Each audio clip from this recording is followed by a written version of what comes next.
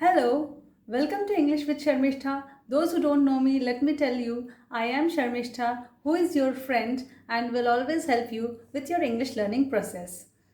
आज का वीडियो उन लोगों के लिए बहुत ज़्यादा यूज़फुल होने वाला है जो लोग अपनी हर बात को इंग्लिश में एक्सप्रेस करना चाहते हैं. Today I am going to share my daily routine in English, and in my opinion, it should be the target of everyone who wants to learn a language. That is, being able to express yourself completely, express anything and everything in that language. तो आप English में खुद को express कर पाएँ, इसके लिए ही ये वीडियो बहुत ज़रूरी है. So keep watching. Let's get started. पहले मैं बता दूं कि रोज़ होने वाले काम को, रोज़ करने वाले काम को, रोज़ घटने वाली घटना को हम प्रेजेंट इंडेफिनिट टेंस में एक्सप्रेस करते हैं. प्रेजेंट इंडेफिनिट टेंस का स्ट्रक्चर होगा subject, then comes the verb और उसके बाद सेंटेंस का बाकी हिस्सा. I start by saying I wake up every morning at 6. इसका मतलब है आई है सब्जेक्ट, मतलब मैं, मेरे विषय में बात हो रही है. वेक अप मैं मतलब जाग जाती हूँ, तो वेक अप हो गया वर्ब.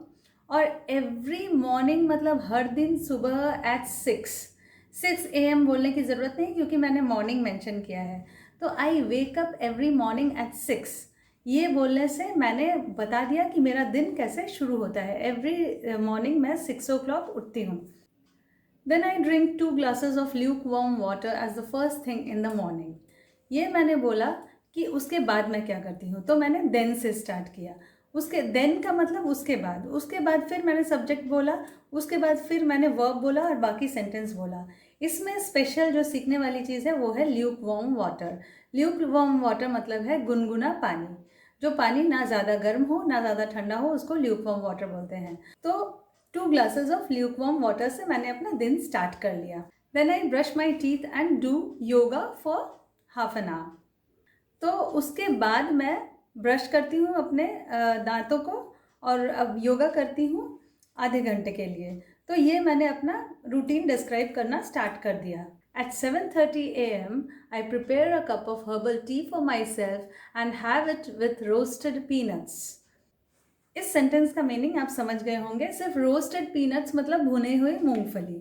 तो इतना आप समझ लीजिए कि मैंने नेक्स्ट क्या किया वो मैंने डिस्क्राइब किया. While having tea, I read newspaper. तो यहाँ पे ये समझ लीजिए, कोई काम करते करते जब हम कोई काम करते हैं तो उसको while से स्टार्ट करते हैं. तो while having tea मतलब चाय पीते हुए I read the newspaper. फिर सब्जेक्ट आया, वर्ब आया, बाकी सेंटेंस आया. तो मैंने while having tea इसलिए बोला क्योंकि मैंने चाय पीते पीते ही मैं न्यूज़पेपर पढ़ती हूँ. तो ये एक तरीका है बोलने का. कोई काम करने के बाद करने से देन और आफ्टर दैट यूज़ करते हैं, और कोई काम करते हुए कुछ और काम करने से वाइल यूज़ करते हैं, साइमल्टेनियसली यूज़ करते हैं. साइमल्टेनियसली कैसे यूज़ करते हैं वो भी मैं बता दूंगी. At 8:30 AM I take my breakfast and after that I do some household work like dusting. Dusting का मतलब है धूल झाड़ना. धूल झाड़ना, कहीं भी धूल पड़ा हुआ है उसको अगर आप झाड़ रहे हैं तो उसको कहते हैं डस्टिंग. बेसिकली डस्ट मतलब धूल, और उसको आप धूल को हटा रहे हैं उसको डस्टिंग कहते हैं. I hand wash some delicate clothes and machine wash the others and hang them for drying on the clothes line. After that, I take a shower and worship at my home temple with hibiscus plucked from our garden. After that बोला मैंने. After that मतलब उसके बाद मैं क्या करती हूँ, मैं नहा लेती हूँ. I take a shower. Take a shower या take a bath का मतलब है नहा लेना. तो मैं नहा लेती हूँ. And I worship at my home temple. घर में जो मंदिर है उसमें मैं पूजा करती हूँ. किससे पूजा करती हूँ? With hibiscus plucked from our garden. Hibiscus का मतलब है जवा फूल, इसको हाइबिस्कस कहते हैं. प्लक्ड फ्रॉम आवर गार्डन मतलब तोड़ा हुआ, मेरे बगीचे से तोड़ा हुआ. तो वो ऑलरेडी तोड़ा हुआ है, इसीलिए प्लक का हम पास्ट टेंस यूज़ करते हैं, plucked from our garden. At around 1 PM I take my lunch. After that, I spend the afternoon reading books or watching some videos of my interest like travel videos or videos of Spanish learning. Yes, I'm learning Spanish just as you are learning English. So, I'm going through the same challenges that you are going through. I watch some yoga videos and I watch some videos of skin and hair care. At 5 p.m. I bringing the dried clothes and fold them and keep them in proper places. At 6 p.m. I prepare and take the last cup of tea for the day. I sip my tea and watch some TV programs simultaneously. Simultaneously मतलब दोनों काम साथ में होता है. मैं अपना चाय पीती हूँ और कुछ टीवी प्रोग्राम्स देखती हूँ, दोनों साथ में ही होता है.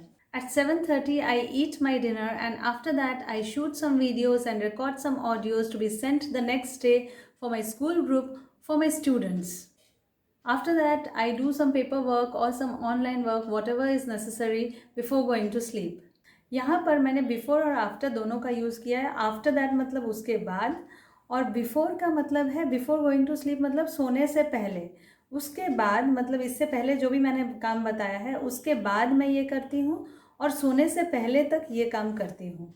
अब सोने की बारी आ जाती है. At 9:30 I start preparing to go to bed. तो 9:30 बजे मैं रात को सोने की तैयारी करने लगती, like making the bed and locking the doors.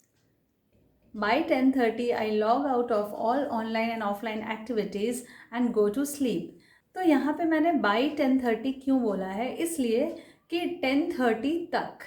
अब कभी 10:15 भी हो सकता है, कभी 10:20 भी हो सकता है, बट by 10:30 मतलब 10:30 बजे तक हो ही जाता है. क्या मैं सो जाती हूँ. Logging out of all activities online and offline का मतलब है जैसे हम किसी भी काम को पूरा कर लेते हैं तो उसको लॉग आउट हो जाते हैं हम ऑनलाइन काम से. अब मैं ऑफलाइन काम से भी लॉग आउट होने के मतलब मैं खुद को बता रही हूँ कि मैं सारे काम से खुद को ऑफ कर लेती हूँ. उसका मतलब मेरा सारा काम ओवर आज के दिन का, और अब सोने के लिए मैं पूरी तरह से तैयार हूँ. आई गो टू बेड. तो इस तरह से मैंने अपने दिनचर्या को एक तरह से आपको डिस्क्राइब करके बोला है. But the thing is that all the days are not alike. सारे दिन एक जैसे नहीं होते हैं. अलग अलग दिनों में अलग अलग तरह के हम लोगों के पास काम होते हैं. I don't think any one of you have the same fixed routine for every day. हर दिन किसी न किसी तरह से अलग रूटीन. इवन लॉकडाउन में जब आप अपने वर्क में नहीं जाते हैं, वर्क फ्रॉम होम करते हैं या घर पर ही रहते हैं, तो in those days also you have different routine for different days. Just now I described just a typical day. अभी अभी मैंने एक जैसे साधारण दिन, कोई भी एक दिन ऐसा बीता होगा वैसा एक दिन मैंने डिस्क्राइब किया. This is to tell you some words, some phrases, some prepositions that we use जो आप हमेशा यूज़ कर सकते हैं अपने हमेशा के एक्टिविटीज़ को बताने के लिए, एक्सप्रेस करने के लिए. वो सारी चीज़ें मैंने इसमें बताई है. You can ask questions if you have some doubts. अगर आपके मन में कोई शंका हो कि हमको ये एक्सप्रेस करना नहीं आता, तो वो भी आप अपने कमेंट्स में पूछ सकते हैं. उनको मैं ज़रूर आंसर करूँगी. I would love to answer your questions. So that's all for today. You keep reading, keep listening, keep enriching your English, keep improving every day. Do take care of yourself till I come with another video. Bye for today.